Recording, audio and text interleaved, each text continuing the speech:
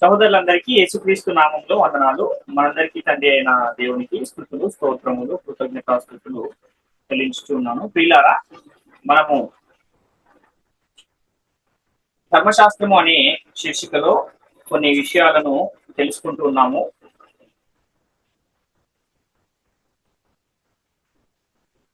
కాబట్టి ఈరోజు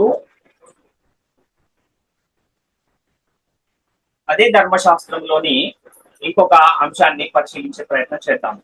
అయితే గత వారమే ఇంతకు ముందు తరగతిలో ధర్మశాస్త్రాన్ని గురించిన ఒక అంశాన్ని మనం పరిశీలించాం. పాపాన్ని తీసివేయడానికి ఈ లోకానికి వచ్చిన యేసుక్రీస్తు వారు ఏం చేస్తే పాపాన్ని తీసివేయగలడు అన్న విషయాన్ని మనం పరిశీలన చేశాము. ఈరోజు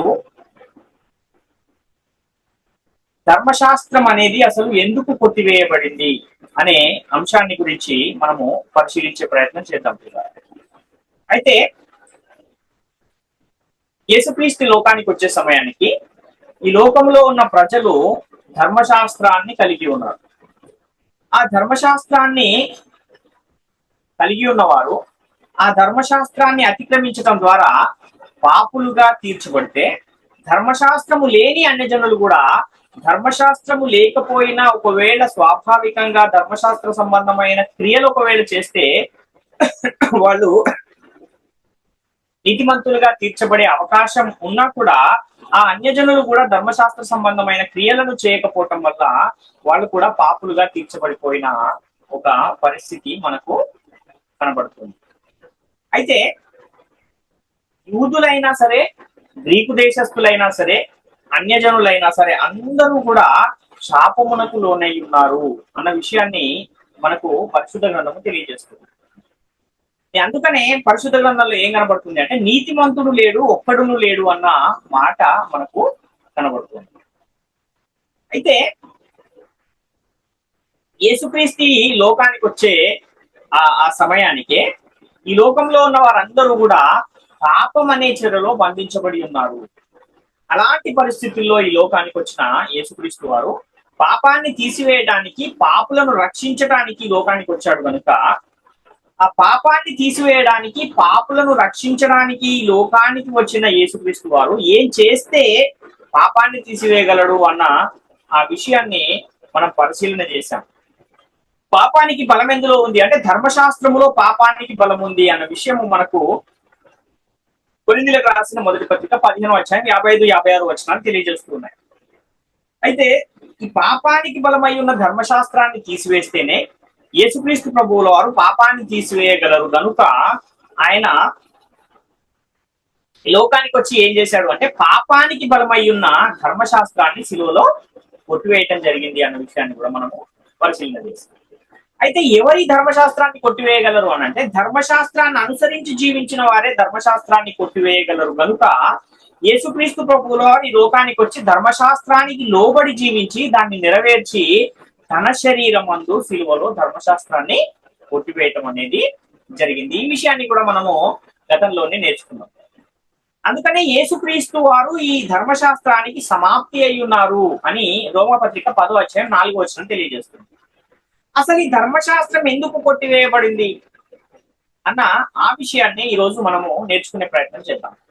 అయితే ధర్మశాస్త్రం విషయంలో బైబిల్ గ్రంథం అసలు ఏం చెబుతుంది అని మనం ఆలోచిస్తే ఆ ధర్మశాస్త్రాన్ని యేసుక్రీస్తు వారు ఎందుకు కొట్టివేశారు అన్న విషయము మనకు అర్థమవుతుంది.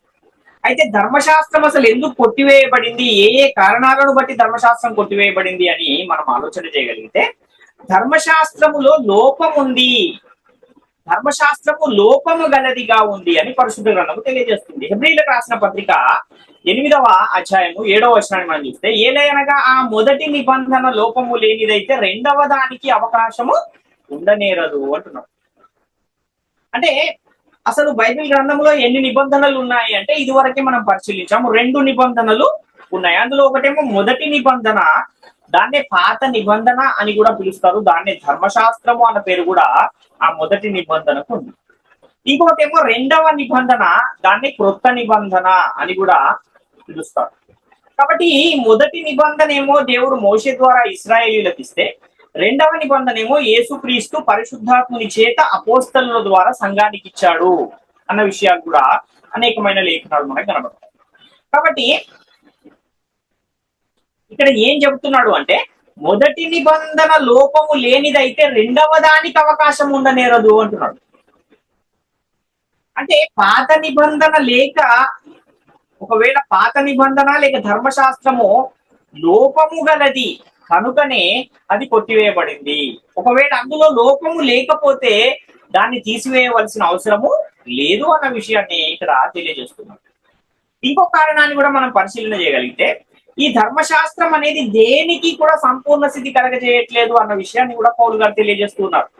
హెబ్రీలకు రాసిన పత్రిక 7వ అధ్యాయము 18వ వచనాన్ని మనం చూస్తే, హెబ్రీ పత్రిక 7వ అధ్యాయం 18వ వచనం, ఆ ధర్మశాస్త్రము దేనికి నీ సంపూర్ణ స్థితి కలగజేయలేదు కనుక ముందీయబడిన ఆజ్ఞ బలహీనమైనందునను నిష్ప్రయోజనమైనందునను అది నివారణ చేయబడి ఉన్నది అంటున్నాడు. అంటే ముందు ఇయ్యబడిన ఆజ్ఞ, ఏది ముందు ఇయ్యబడిన ఆజ్ఞ? పాత నిబంధన అనేది, ధర్మశాస్త్రము అనేది ముందు ఇయ్యబడిన ఆజ్ఞ.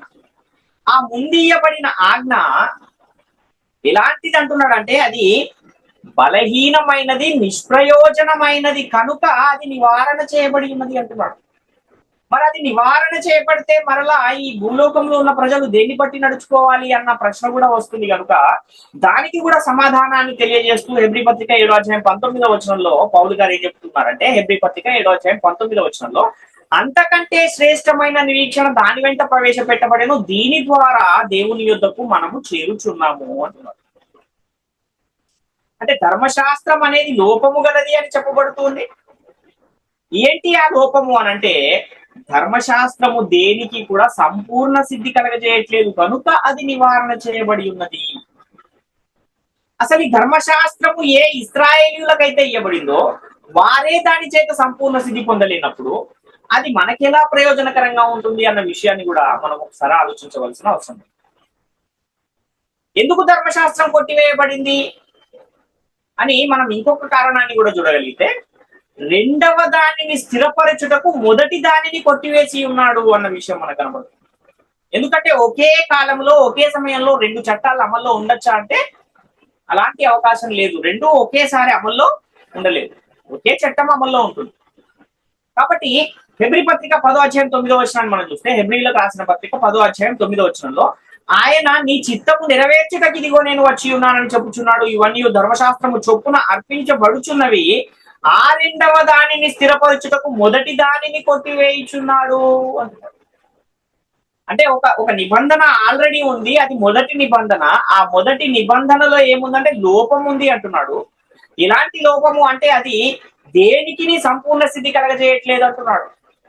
అలాంటి దానిని ఏం చేస్తున్నాడు అంటే రెండవ నిబంధనను కూడా ఇచ్చి ఆ రెండవ దానిని స్థిరపరచాలి అంటే ఏం చేయాలి?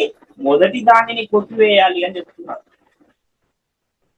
కాబట్టి నేటి కాలంలో ఈ రెండవ నిబంధన స్థిరపడి ఉంది, అది స్థిరపడిపోయింది.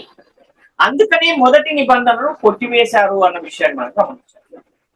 ఈ పరిశుద్ధ గ్రంథము ఇంత స్పష్టంగా చెప్పినా సరే ఇంకా ధర్మశాస్త్రం అమల్లోనే ఉంది, అది కొట్టివేయబడలేదు అనేవారు ఒకసారి ఈ లేఖనాలన్నీ పరిశీలించి తమను తాము ఒకసారి ఆత్మ విమర్శ చేసుకోవాల్సిన అవసరం.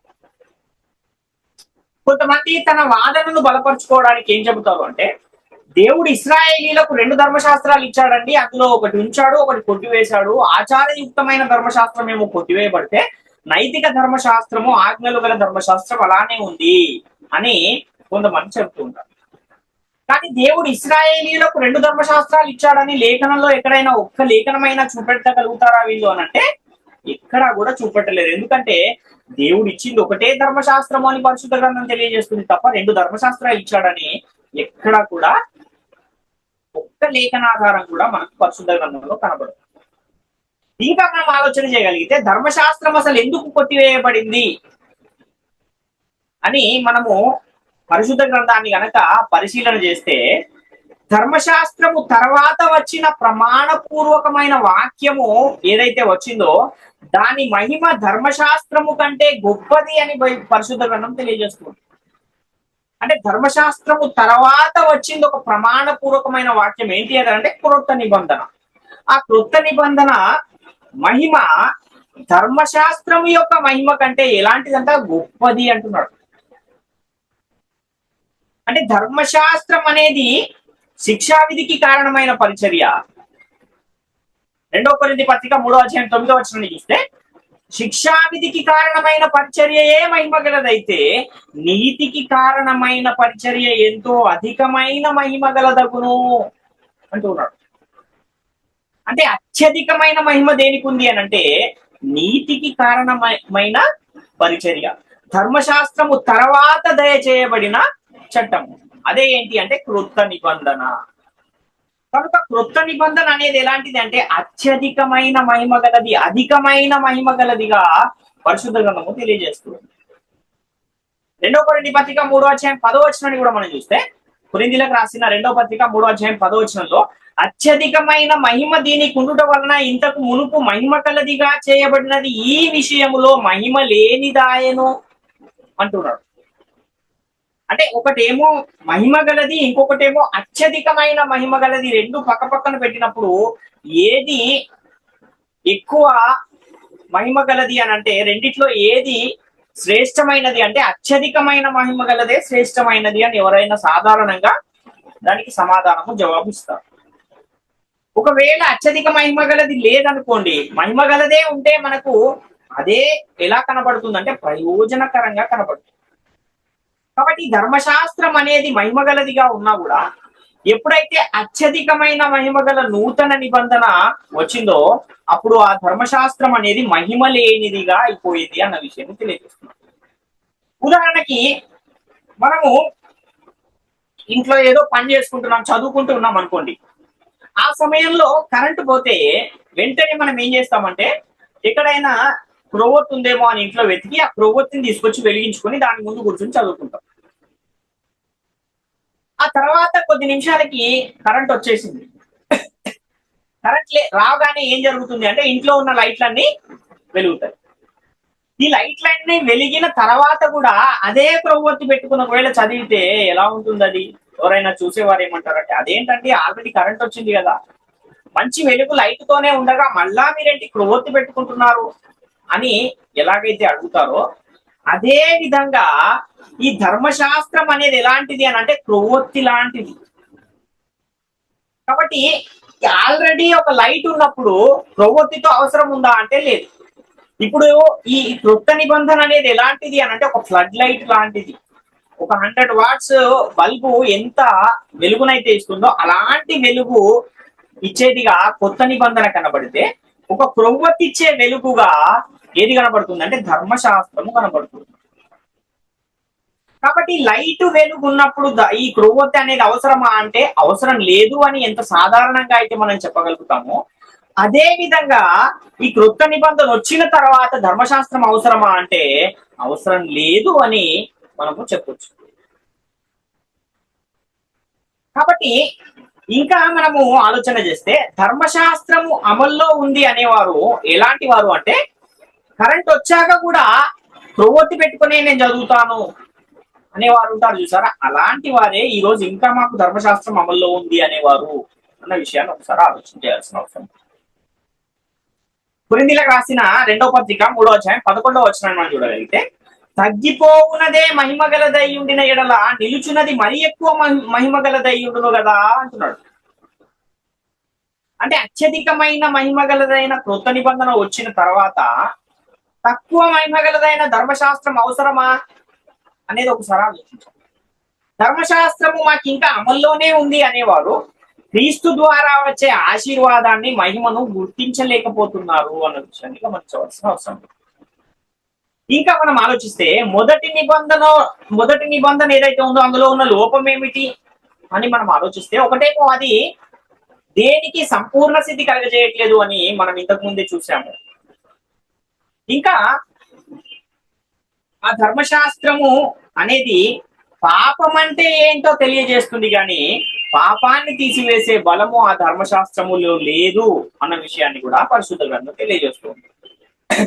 రోమీలకు రాసిన పత్రిక 3వ అధ్యాయము 20వ వచనాన్ని మనం చూడగలిగితే, ఏదైనా ధర్మశాస్త్ర సంబంధమైన క్రియల మూలముగా ఏ మనుషుడును ఆయన దృష్టికి నీతిమంతుడని తీర్చబడడు. ధర్మశాస్త్రము వలన పాపమనగా ఎట్టిదో తెలియబడుచున్నది అంటున్నాడు. అంటే ధర్మశాస్త్రం ఏం చేస్తుంది అంటే పాపాన్ని మాత్రమే తెలియజేస్తుంది తప్ప పాపాన్ని తీసివేసే శక్తి ఆ ధర్మశాస్త్రానికి లేదు. మనకి శరీరంలో ఏదైనా ఒక వ్యాధి వచ్చింది అనుకోండి, రోగం వచ్చింది అనుకోండి, ఆ రోగము శరీరంలో ఎక్కడుంది, ఎంత పరిమాణంలో ఉందో తెలుసుకోవడానికి డాక్టర్ గారు ఏం చేస్తారంటే ఒక ఎక్స్రేనో లేకపోతే ఒక స్కానింగో రాస్తారు. ఆ స్కానింగ్ వెళ్ళి మనం తీయించుకొని వచ్చిన తర్వాత ఆ రిపోర్ట్ ని బట్టి ఆయన ఏం చెప్తాడంటే ఇదిగో నీ శరీరంలో ఈ భాగంలో ఒక అవయవం అనేది పాడైపోయింది అని తెచ్చిన ఆ రిపోర్ట్ ని బట్టి ఆయన చెప్తారు.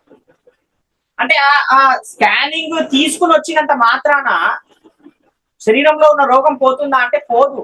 ఆ రోగం యొక్క పరిమాణాన్ని తెలియజేసేంత వరకే ఆ స్కానింగ్ కు కానీ ఆ ఎక్స్రేకు కానీ ఉన్న పని తప్ప ఆ ఎక్స్రేకు కానీ స్కానింగ్ కు కానీ ఆ శరీరంలో ఉన్న రోగాన్ని తీసివేసే శక్తి ఎలాగైతే లేదో ఈ ధర్మశాస్త్రం కూడా ఎంతవరకు పరిమితమై ఉన్నది అని అంటే ఆ పాపము యొక్క పరిమాణాన్ని మాత్రమే తెలియజేస్తుంది.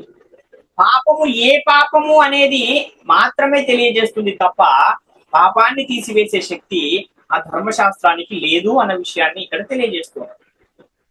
రోమపత్రిక 7:13 కూడా మనం చూస్తే ఉత్తమమైనది నాకు మరణకరమైన అట్లను రాదు, అయితే పాపము ఉత్తమమైన దాని మూలముగా నాకు మరణము కలగజేయచ్చు. పాపమైనట్టు అగ్గుపడు నిమిత్తము అనగా పాపము ఆజ్ఞ మూలముగా అత్యధిక పాపమగు నిమిత్తము అది నాకు మరణకరమాయను. అంటే ధర్మశాస్త్రం ఏం చేస్తుందంటే పాపమును అత్యధికమైన పాపముగా చేస్తుంది. అంటే అసలు ఆజ్ఞలే లేనప్పుడు పాపము ఏ స్థితిలో ఉంటుంది అంటే అది మృతమైనదిగా ఉంటుంది అని కూడా పరిశుద్ధ గ్రంథం తెలియజేస్తుంది. ధర్మశాస్త్రము లేనప్పుడు పాపము మృతము. ఆజ్ఞ రాగానే పాపానికి మరలా ఏమొచ్చిందంట బలం వచ్చింది అని తెలియజేస్తుంది. కాబట్టి ఈ ధర్మశాస్త్రం అనేది ఏం చేస్తుందంటే పాపం అంటే ఏంటో తెలియజేస్తుంది తప్ప పాపాన్ని తీసివేసే శక్తి ఆ ధర్మశాస్త్రానికి లేదు. కనుక ఆ ధర్మశాస్త్రాన్ని యేసుక్రీస్తు వారు కొట్టివేయవలసి వచ్చింది. ఇంకా ధర్మశాస్త్రం ఎందుకు కొట్టివేయబడింది అని మనం ఆలోచన చేస్తే ధర్మశాస్త్రం వలన ఏ మనుషుడు కూడా నీతిమంతుడుగా తీర్చబడలేని పరిస్థితి ఉంది. గలతీయులకు రాసిన పత్రిక 3:10-11 చూస్తే ధర్మశాస్త్రము విధించిన క్రియలకు సంబంధులందరూ శాపమునకు లోనై ఉన్నారు. ఎందుకనగా ధర్మశాస్త్ర గ్రంథమందు వ్రాయబడిన విధులన్నీ చేయుటయందు నిలకడగా ఉండని ప్రతివాడును శాపగ్రస్తుడని వ్రాయబడి ఉన్నది. ధర్మశాస్త్రము చేత ఎవడును దేవుని ఎదుట నీతిమంతుడని తీర్చబడడను సంగతి స్పష్టమే. ఏలయనగా నీతిమంతుడు విశ్వాస మూలముగా జీవించును. అంటే ధర్మశాస్త్రము వలన ఏ మనుషుడు కూడా నీతిమంతుడుగా తీర్చబడలేని పరిస్థితులు ఉన్నాయి. అది అమల్లో ఉన్నంత కాలము కూడా. అంటే యేసుక్రీస్తు లోకానికి వచ్చేంత వరకు కూడా ధర్మశాస్త్రం ఎవరిని కూడా నీతిమంతులుగా తీర్చలేకపోయింది. ఏ మనిషి కూడా సంపూర్ణంగా ధర్మశాస్త్రాన్ని అనుసరించి జీవించలేని పరిస్థితుల్లోనే ఉన్నారు. కాబట్టే యేసుక్రీస్తు వారి లోకానికి వచ్చి సంపూర్ణంగా ధర్మశాస్త్రాన్ని అనుసరించి ఆ తర్వాత దాన్ని సిలువలో కొట్టివేయటం జరిగింది అన్న విషయాన్ని మనం గమనించాలి. ఆ ధర్మశాస్త్రములో ఉన్న విధులన్నీ చేయుటందు నిలకడగా ఉండని ప్రతి వాడు శాపగ్రస్తుడు.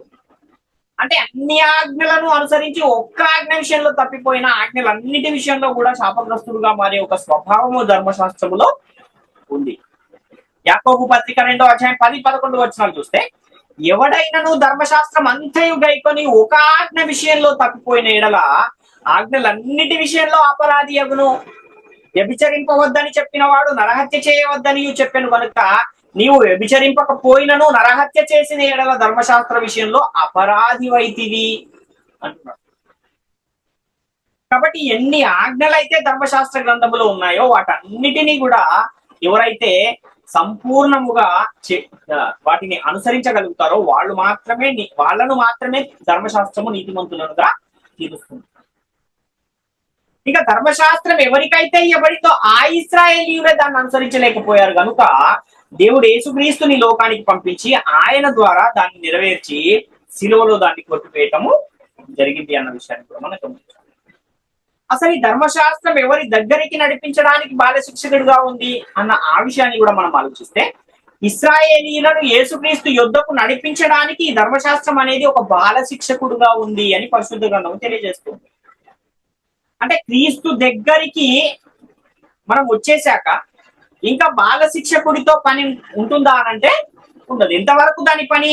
క్రీస్తు దగ్గరకు నడిపించేంత వరకే ఆ ధర్మశాస్త్రం యొక్క పని. వాగ్దాన సంతానము వచ్చు వరకే అది అమల్లో ఉంటుంది తప్ప, ఎప్పుడైతే వాగ్దాన సంతానం అనే యేసుక్రీస్తు వారి లోకానికి వచ్చారో, వచ్చిన తర్వాత అది ఇక అమల్లో ఉండదు అన్న విషయాన్ని కూడా మనం గమనించవలసిన వారు.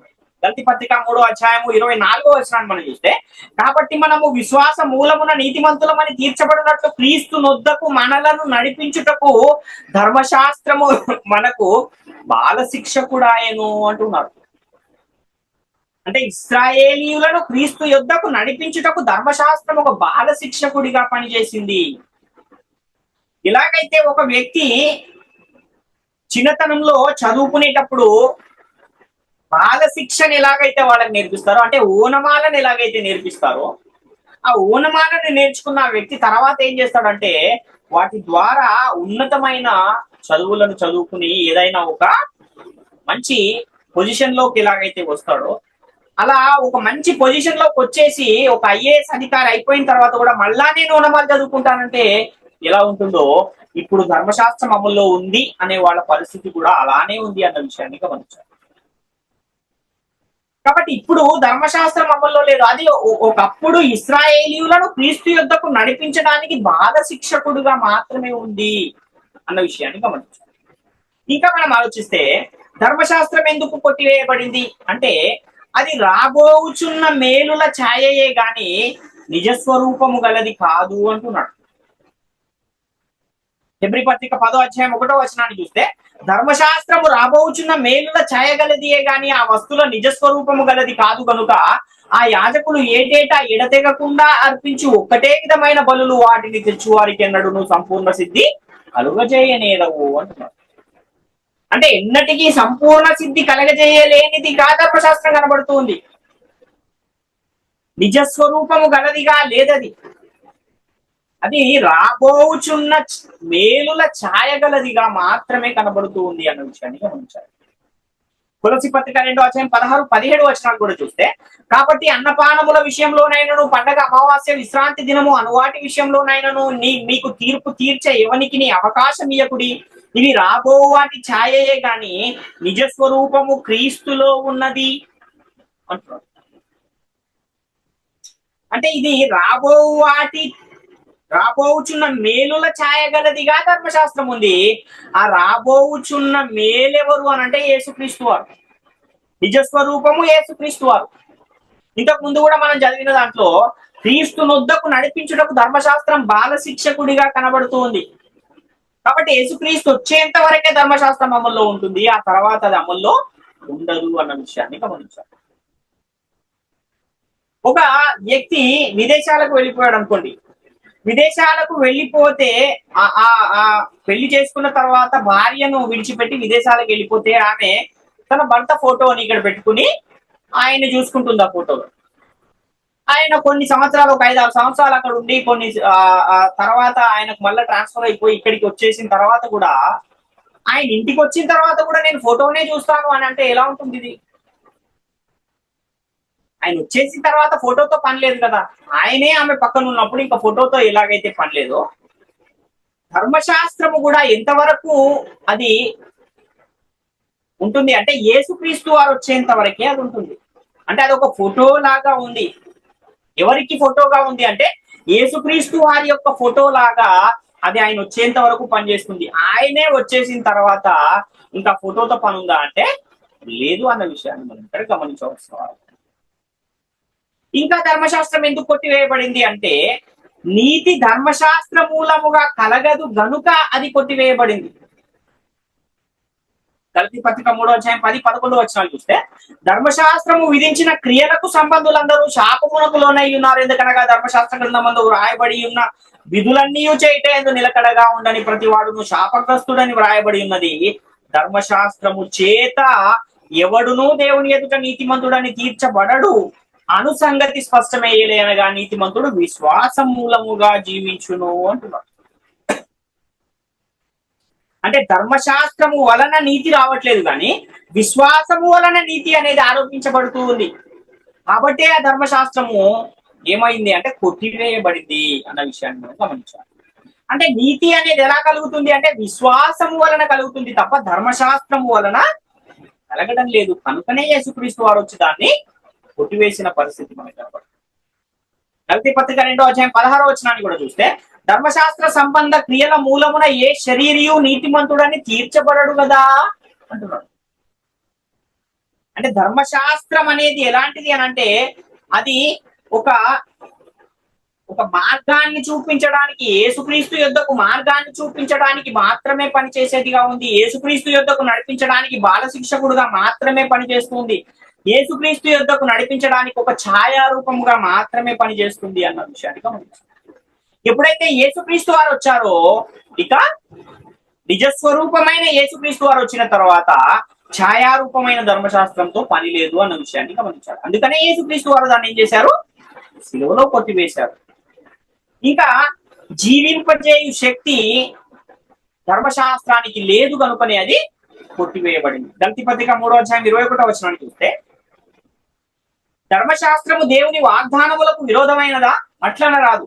జీవింపజేయు శక్తి గల ధర్మశాస్త్రము ఇయ్యబడి ఉన్న ఎడల వాస్తవముగా నీతి ధర్మశాస్త్ర మూలముగానే కలుగును కానీ అంటున్నాడు. అంటే జీవింపజేయు శక్తి గల ధర్మశాస్త్రం ఒకవేళ ఇయ్యబడితే నీతి అనేది దాని వలనే కలిగేది, కానీ దాని వలన కలుగుతుందా నీతి అంటే కలగట్లేదు. ఏ శరీరయు ధర్మశాస్త్ర సంబంధమైన క్రియల మూలంగా నీతిమంతుడుగా తీర్చబడడు అన్న విషయాన్ని ఇంత స్పష్టంగా గలతీ పత్రిక 2వ అధ్యాయం 16వ వచనం చెప్పిన తర్వాత ధర్మశాస్త్రము వలన నీతి కలగనప్పుడు ఇంకా ధర్మశాస్త్రం ఎందుకు? కనుకనే దాన్ని యేసుక్రీస్తు వారు శిలువలో కొట్టివేశారు అన్న విషయాన్ని మనం గమనించాలి. ఒకవేళ ధర్మశాస్త్రమే మనుషులను నీతిమంతులుగా తీర్చగలిగి ఉంటే యేసుక్రీస్తు అసలు ఈ లోకానికి రావాల్సిన అవసరమే ఉండేది కాదు. అందులో ఒక మనిషిని నీతిమంతులుగా తీర్చబడే అవకాశము ఆ ధర్మశాస్త్రములో లేదు కనుకనే, పాపాన్ని తీసివేసే బలము ధర్మశాస్త్రములో లేదు కనుకనే ఆ ధర్మశాస్త్రాన్ని తీసివేయవలసి వచ్చింది. కనుకనే యేసుక్రీస్తు వారు దాన్ని శిలువలో కొట్టివేశారు. రోమపత్రిక 3వ అధ్యాయం 20వ వచనాన్ని చూస్తే ఏలైనగా ధర్మశాస్త్ర సంబంధమైన క్రియల మూలముగా ఏ మనుషుడును ఆయన దృష్టికి నీతిమంతుడని తీర్చబడడు, ధర్మశాస్త్రము వలన పాపమనగా ఎట్టిదో తెలియబడుచున్నది అంటున్నారు. పాపాన్ని మాత్రమే తెలియజేస్తుంది తప్ప పాపాన్ని తీసివేయలేదు ధర్మశాస్త్రము. కనుక దాన్ని యేసుక్రీస్తు వారు శిలువలో కొట్టివేశారు. ఇంత చెప్పినా సరే లేదండి మాకు ఇంకా ధర్మశాస్త్రం అమల్లోనే ఉంది అని ఒకవేళ అంటే అలాంటి వారికి కూడా పౌలు గారు ఒక హెచ్చరిక చేస్తూ ఉన్నారు. ఏంటది అనంటే గలతీ పత్రిక 5వ అధ్యాయం 4వ వచనంలో మీలో ధర్మశాస్త్రము వలన నీతిమంతులని తీర్చబడు వారెవరో వారు క్రీస్తులో నుండి బొత్తిగా వేరు చేయబడి ఉన్నారు, కృపలో నుండి తొలగిపోయి ఉన్నారు అంటున్నారు. అంటే యేసుక్రీస్తులోనే వేరు చేయబడిపోతే అలాంటి వారి పరిస్థితి ఎలా ఉంటుందో ఒకసారి ఆలోచించండి. యోహాను సువార్త 17వ అధ్యాయం 3వ వచనం ఏం తెలియజేస్తుంది? అద్వితీయ సత్య దేవుడవైన నిన్నును నీవు పంపిన యేసుక్రీస్తును ఎరుగుటయే నిత్య జీవము అని తెలియజేస్తుంది.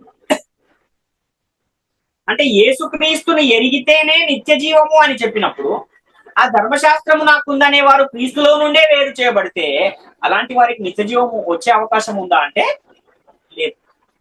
కృపలో నుండే కలిగిపోయే పరిస్థితుల్లో అలాంటి వారు ఉన్నప్పుడు పరలోకానికి వాళ్ళు వెళ్తారా అంటే వెళ్ళరు. మాకు పరలోకం అవసరం లేదండి, ధర్మశాస్త్రమే కావాలని ఒకవేళ అంటే ఇంకా దానికి చేసేదేముంది? ఏమీ లేదు. అంటే ఎప్పుడైతే ఆత్మ సంబంధమైన సంగతులతో సరిపోల్చుకుని ఒకవేళ లేఖనము చెప్పిన దాన్ని స్వీకరించే మనసు ఒకవేళ ఉంటే అలాంటి వారు ఏం చేస్తారంటే వాక్యానుసారముగా, ఒకవేళ ఇంతకు ముందు మేము నమ్మేది వాక్యానుసారంగా లేదేమో గనుక ఇప్పుడు ఇది వాక్యానుసారంగా కనబడుతుంది గనుక వాక్యానుసారముగా ప్రవర్తించు వారంగా మేము ఉంటాము అనుకుంటే అలాంటి వారు క్రీస్తులో ఉంటారు, కృపలో నుండి తొలగిపోరు. ఎందుకంటే ధర్మశాస్త్రం ఎలాంటిది అని అంటే అది ఇస్రాయేలీయులకు మరియు అన్యజనులకు మధ్య ఒక అడ్డుగోడగా మధ్యగోడగా ఉంది. ఒకవేళ నేడు కూడా ధర్మశాస్త్రం అనేది అమల్లో ఉంటే మనము ఇస్రాయేలీలతో సహపౌరులమే కాలేని పరిస్థితి ఉంది. అందుకనే యేసుక్రీస్తు వారు ఏం చేశారంటే ఆ ధర్మశాస్త్రాన్ని సిలువలో కొట్టివేసిన ఒక పరిస్థితి మనకు కనపడుతుంది. ఎందుకని ధర్మశాస్త్రం కొట్టివేయబడింది అంటే ఇన్ని కారణాలను బట్టి ధర్మశాస్త్రం కొట్టివేయబడింది. అది సంపూర్ణ సిద్ధి కలగజేయట్లేదు కనుక కొట్టివేయబడింది. ఏ మనుష్యుణ్ణి నీతిమంతునుగా తీర్చట్లేదు కనుక కొట్టివేయబడింది. ధర్మశాస్త్రమైన క్రియల మూలముగా ఏ మనిషి కూడా నీతిమంతులుగా తీర్చబడట్లేదు కనుక కొట్టివేయబడింది. ధర్మశాస్త్రం వలన నీతి అనేదే కలగట్లేదు కనుక కొట్టివేయబడింది. కాబట్టి ఇన్ని కారణాలను బట్టి ఈ ధర్మశాస్త్రము అనేది కొట్టివేయబడింది అన్న విషయాన్ని మనము గమనించుకోవాలి. మరి ఏది నేడు మనల్ని దేవుని యొద్దకు చేర్చగలుగుద్ది అని అంటే అంతకంటే శ్రేష్టమైన నిరీక్షణ దాని వెంట ప్రవేశపెట్టబడినో దాని వలన మనము దేవుని యొద్దకు చేరుచున్నాము అంటున్నాడు. కాబట్టి ఏదైతే యేసుక్రీస్తు వారి లోకానికి వచ్చి మరణించి సమాధి చేయబడి తిరిగి లేపబడిన తర్వాత పరలోకానికి వెళ్ళి తండ్రి యొద్ద నుండి పంపబడిన పరిశుద్ధాత్ముని లోకానికి పంపినప్పుడు ఆ వచ్చిన పరిశుద్ధాత్ముడు క్రీస్తు యొక్క మాటలనే తీసుకుని అపోస్తలుల ద్వారా ఏదైతే సంఘానికి ఆజ్ఞాపించాడో ఆ సంఘానికి ఆజ్ఞాపించబడిన నూతన నిబంధనను మనము నేటి కాలంలో అనుసరించవలసిన వారమై ఉన్నాము తప్ప ధర్మశాస్త్రముతో మనకి ఎలాంటి సంబంధము లేదు అన్న విషయాన్ని గమనించాలి. ఎందుకంటే ఎవరికైతే ఆ ధర్మశాస్త్రం ఇవ్వబడిందో ఆ ఇశ్రాయేలీలే దాన్ని అనుసరించలేకపోయారు, మనం ఇలా దాన్ని అనుసరించగలుగుతాము అన్న విషయాన్ని కూడా గమనించాలి. కాబట్టి ఇన్ని కారణాలను బట్టి ఈ ధర్మశాస్త్రము కొట్టివేయబడింది. అది రాబో వాటి యొక్క ఛాయగా ఉంది తప్ప నిజస్వరూపమైనదిగా లేదు కనుక కొట్టివేయబడింది. అందువలన యేసుక్రీస్తు వారి లోకానికి వచ్చి ఈ ధర్మశాస్త్రాన్ని సంపూర్ణంగా అనుసరించి ఆ తర్వాత దానిని తన శరీరం అందు సిలువలో కొట్టివేశారు అన్న విషయాన్ని ప్రతి ఒక్కరు కూడా గమనించారు. కాబట్టి ప్రియులారా, ఆత్మ సంబంధమైన ఈ సంగతులను ఆత్మ సంబంధమైన సంగతులతో సరిపోల్చుకుని వాక్య ప్రకారముగా ప్రవర్తించు వారునై ఉండి దేవుని కృపకు పాత్రులుగా ఉండాలని వేడుకొంచు ఈ నా మాటలు ముగిస్తున్నాం. అందరికీ వందనాలు.